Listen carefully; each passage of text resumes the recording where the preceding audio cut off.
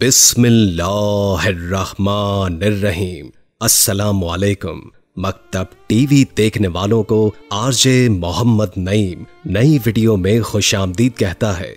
दोस्तों, आज की इस वीडियो में यजीद के बारे में आपको बताया जाएगा ये यजीद पलीद कौन था, और ये बताया जाएगा कि इसकी कब्र किस जगह पे है और कब्र का हाल क्या है। इस यजीद के बारे में ये भी बताया जाएगा कि इस दुनिया के अंदर जब मौजूद था तो इसकी जफाकारियां क्या क्या थी, और ये भी आपको बताया जाएगा कि यजीद ने प्यारे आका सल्लल्लाहु अलैहि वसल्लम के नवासे के साथ क्या किया और उसके साथ कौन कौन इस गलीज अमल के अंदर मुलव्वस था। प्यारे दोस्तों, सबसे पहले यजीद पलीद के बारे में थोड़ी सी बात करते हैं। ये वो बदनसीब शख्स है जिसकी पेशानी पर अहले बैत के बेगुनाह कत्ल का सिया दाग है, और उस पर हर जमाने में दुनिया इस्लाम मलामत करती आई है, लानत करती आई है। कयामत तक इसका नाम हकारत के साथ और जिल्लत के साथ लिया जाएगा। ये बदबातिल स्याह दिल शख्स 25 हिजरी में दमिश्क में पैदा हुआ। इंतहाई मोटा, बदनुमा, बहुत ज्यादा बालों वाला, बदअखलाक, बदमिजाज, फासिक, फाजिर, शराबी, बदकार, जालिम, बेअदब और गुस्ताख था। इसकी शरारतें और बेहुदगियां ऐसी थी कि जिनसे बदमाशों को भी शर्म आए। जिनसे शरन निकाह हराम है, यजीद उनसे निकाह को रिवाज देने वाला, सूद और दीगर हराम कामों को ऐलानिया करवाने वाला था। सरकार दो आलम सल्लल्लाहु अलैहि वसल्लम अपने आप जमाने में वक्तन फवक्तन सहाबा को यजीद पलीद के फितने से आगाह फरमाते रहे। जैसे कि सैयदना हजरत अबू दुर्दा रज़ियल्लाहु ताला अन्हु ने फरमाया कि मैंने नबी पाक को फरमाते हुए सुना कि मेरी सुन्नत को बदलने वाला पहला शख्स बनु उमैया का एक शख्स होगा जिसका नाम यजीद होगा। दोस्तों, एक और मकाम पर इरशाद फरमाया कि मेरी उम्मत में अदल इंसाफ कायम रहेगा, यहाँ तक कि पहला रखना अंदाज बनु उमैया का एक शख्स होगा जिसका नाम यजीद होगा। यजीद पलीद की फितना अंगेजियों के बारे में सरकार नामदार सल्लल्लाहु अलैहि वसल्लम की इन्हीं पेशगोइयों की वजह से मशहूर सहाबा हजरत अबू हुरैरा रज़ियल्लाहु ताला अन्हु अपने विसाल से कबल ये दुआ मांगा करते थे, ऐ अल्लाह, मैं तुझसे पनाह मांगता हूँ 60 हिजरी के आगाज और लड़कों की हुकूमत से। चुनाचे आपकी ये दुआ कबूल हुई और 59 हिजरी में बमकाम मदीना तैयबा आपका इंतकाल हो गया, और ठीक 60 हिजरी में यजीद पलीद मसनद सल्तनत पर नमूदार हुआ। सदरुल फज़ाल हजरत अल्लामा मौलाना मुफ्ती सैयद मोहम्मद नईमुद्दीन मुरादाबादी रहमुल्लाह यजीद पलीद की हजरत सैयदना इमाम हुसैन से दुश्मनी की वजह बयान करते हुए और शहादत इमाम हुसैन के बाद यजीद की तरफ से मक्के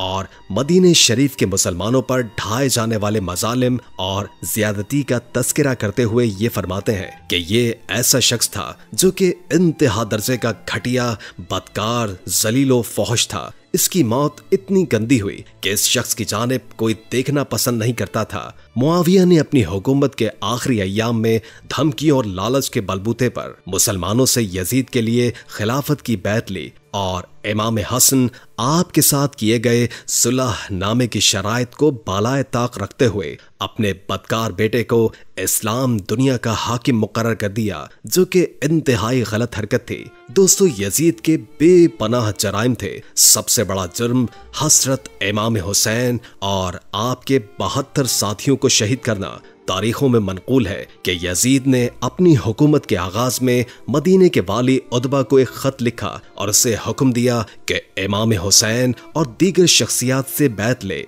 यजीद ने इस खत में हुक्म दिया कि अगर लोग बैत न करें तो उनके सर कलम करके मेरे पास भेजो। मुआज़ल्ला मदीना शहर में हमले और कत्लो गारत करी को हिरा के नाम से मौसूम किया जाता है। उस साल यजीद ने 5000 शामियों को मुस्लिम बिन उक़बा की क़यादत में मदीना रवाना किया। मुस्लिम ने मदीना पर हमला करके वाक़या हिरा का इर्तिकाब किया। इस सानिहे में बहुत सारे लोग कत्ल कर दिए गए। ये सब कुछ करने के बाद शेख अब्बास नकल करते हैं कि 14 रबीउल अव्वल सन 64 हिजरी को उसकी हलाकत का दिन है। तिबरी लिखते हैं कि यजीद 15 रबीउल अव्वल सन 64 हिजरी को जुमेरात के दिन मरा। इसकी मौत की इल्लत के बारे में नकल हुआ है कि वो एक बीमारी के बायस हैरान में हलाक हुआ। कहते हैं कि नागहानी मौत का शिकार हुआ, रात को मस्ती की हालत में सोया, सुबह मुर्दा पाया गया और उसकी लाश खराब हो चुकी थी। उसके बारे में लिखा जाता है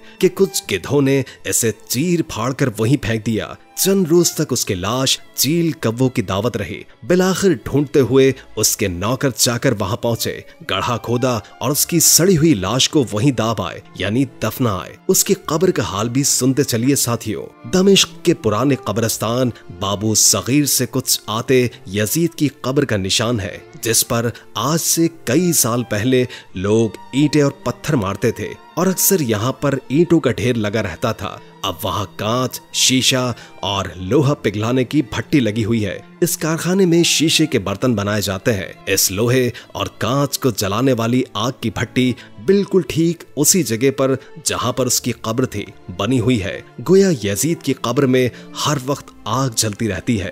प्यारे दोस्तों, देखिए नबी मुकर्रम सल्लल्लाहु अलैहि वसल्लम और अहले बैत अताहर के साथ दुश्मनी रखने और उन्हें अजियत पहुंचाने वालों का कैसा बदतरीन अंजाम होता है कि मरने के बाद उन्हें कफन भी नसीब नहीं होता। दुनिया में भी जिल्लत उनका मुकद्दर बन जाती है और आखिरत में भी उन्हें रुसवाई का सामना करना पड़ता है। उनका ठिकाना जहन्नुम की आग है। नबी करीम सल्लल्लाहु अलैहि वसल्लम का फरमाने इबरत निशान है कि जिस शख्स ने मेरे अहले बैत पर जुल्म किया और मुझे मेरी इतरत पाक यानी मेरी औलाद के बारे में अजियत दी, उस पर जन्नत हराम कर दी गई। यजीद से ज्यादा तकलीफ किसने दी? यकीनी तौर पर आप ये बात कह सकते हैं कि यजीद जहन्नुम के सबसे निचले गड्ढे में होगा। कहा जाता है कि ये वो शख्स है जिसके महलात जैसा महल किसी का नहीं था। ये वो शख्स है जिसके जितनी मजबूत हुकूमत किसी की नहीं थी। ये वो शख्स है कि अगर ये चाहता तो तारीख में अपने आप को एक बेहतरीन इंसान साबित कर सकता था, लेकिन उसने नवासाए रसूल सैयदना हजरत इमाम हुसैन रज़ियल्लाहु ताला अन्हु समेत कम से कम 72 काबिल एहतराम हस्तियों के साथ न सिर्फ इंतहाई नामुनासिब सलूक किया, बल्कि इनमें से बहुत सौ के खून नाहक से अपने हाथों को रंगीन करके जुल्म ज्यादती का वो तूफान बदतमीजी बर्पा किया कि जिसकी दास्तान आशिकाने सहाबा व अहले बैत के लिए इंतहाई अजियत का बाइस है। यजीद पलीद, इब्ने ज़ियाद और जो लोग भी इन बदबख्तों के साथ इन मुबारक हस्तियों की शहादत के जिम्मेदार थे, उन सब का भी दुनिया में इबरतनाक अंजाम हुआ और आखिरत में भी उन्हें जिल्लत और रुसवाई का सामना करना पड़ेगा। प्यारे दोस्तों, यजीद के बारे में आप क्या कहना पसंद करेंगे? आपने कमेंट में हमें लाजमी आगाह करना है और वीडियो को अपने दोस्तों के साथ भी जरूर शेयर कीजिएगा। फिर हाजिर होंगे एक नई वीडियो के साथ।